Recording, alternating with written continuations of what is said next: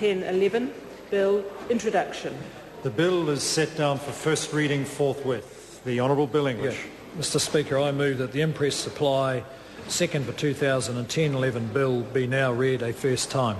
The question is that the motion be agreed to. Those of that opinion will say aye. To the contrary, no.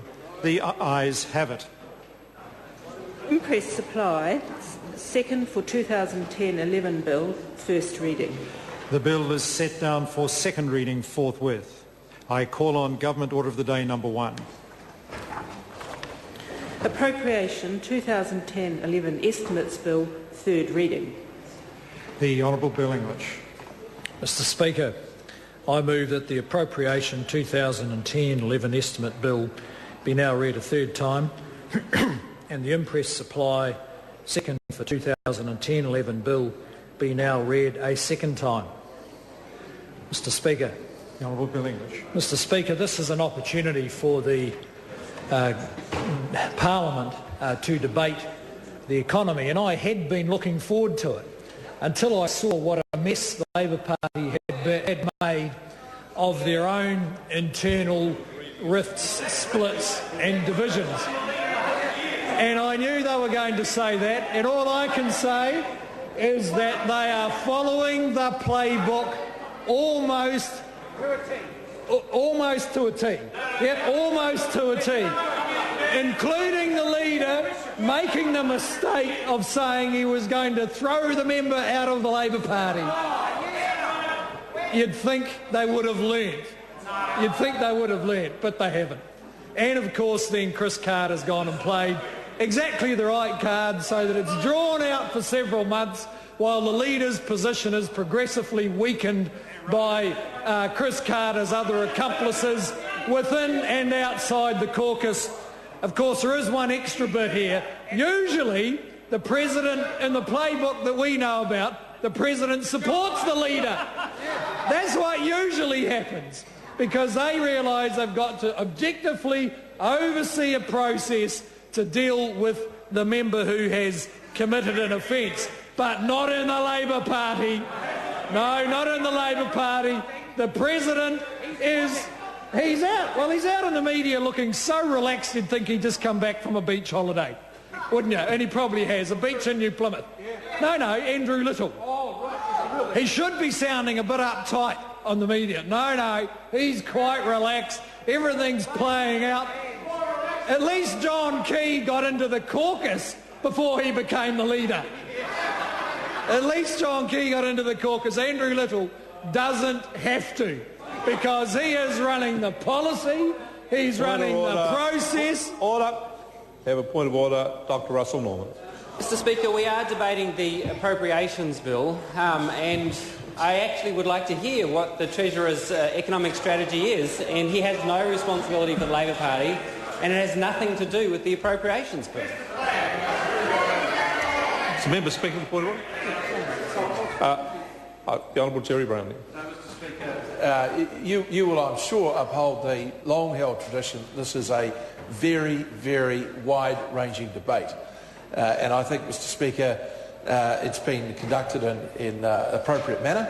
And the fact is that these matters are topical, to say the very least. And I think, Mr Speaker, it's not unreasonable that the House might give them some attention. Order. I'm on my feet.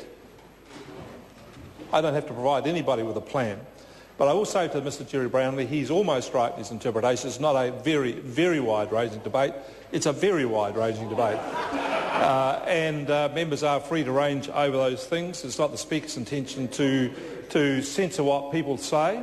The public and others will make judgments about the content and the veracity of the speeches. It's, in all, it's almost a general debate. The Honourable Bill English. Mr Speaker, I would agree with the comment that it is topical, but fortunately, and I say this advisedly, fortunately it is irrelevant. It actually now doesn't matter which talking head of the left faction or the right faction or outside or whoever, they'll do whatever they're doing. We are getting on with the economy, Mr Speaker. And I want to outline the main components of the government's economic program, because this government is dealing with a very considerable challenge with respect to the economy, and that is an economy that went into recession in early 2008 because of the mismanagement of the previous government, and that was compounded by the global financial crisis. So some of the measures, Mr. Speaker, we are taking are these. Today we announced the policy expenditure review, which is part of our overall plan for better, smarter public services. In the last couple of budgets, we've reallocated about $2 billion of spending over the next 4 years from low-cost and ineffective programs and expenditure to higher priority frontline services. And that is a process that will continue. We've had to bring under control the runaway spending habits of a public service that was used to getting pretty much whatever it liked. We've also had to deal with the attitude issues and the culture in the public service. The combination of too much money and a lot of bullying had created among civil servants a degree of passivity and lack of confidence in their own judgment that has to be changed if we are to meet the challenges of the next 4 or 5 years. So better, smarter public services, one of our 6 drivers. Another is a growth-enhancing tax system, Mr. Speaker. We've delivered in Budget 2010 a fairly significant shift in New Zealand's tax system. And there's a pretty simple theory behind it. Those things which have been harmful to the economy in excess, such as borrowing for highly leveraged property and too much consumption, we now face higher effective tax rates. Those things which we believe will be better for the economy over the next 4 or 5 years, such as investment and exports and savings, are now subject to a lower tax rate, and that will all come into place on the 1st of October this year.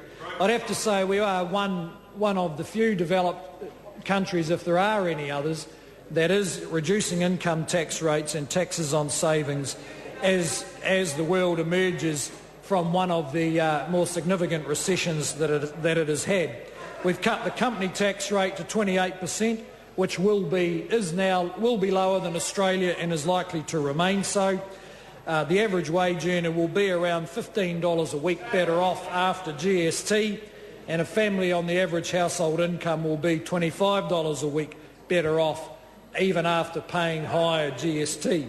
And another pretty interesting statistic is that 73% of all New Zealand earners will face a top statutory tax rate of 17.5 cents. 17.5 cents. And that's because we believe incentives matter right across the board. If someone's on a minimum wage and they want to do an extra hour of overtime, we believe it is important that they get to keep over 80 cents in the dollar for their extra effort. Mr. Speaker, we're also focusing on lifting education and skills. There has been good, robust public discussion about our national standards policy, which we're putting into place. The Youth Guarantee is another innovative policy designed to make sure that young people don't lose contact completely with education and training and the workforce. And of course we are tidying up the tertiary education funding system to make sure that it is more focused on achievement than the previous system was. So, Mr. Speaker, that is improving the tax system, better, smarter public services, lifting education and skills. And number 4 on that list is boosting infrastructure.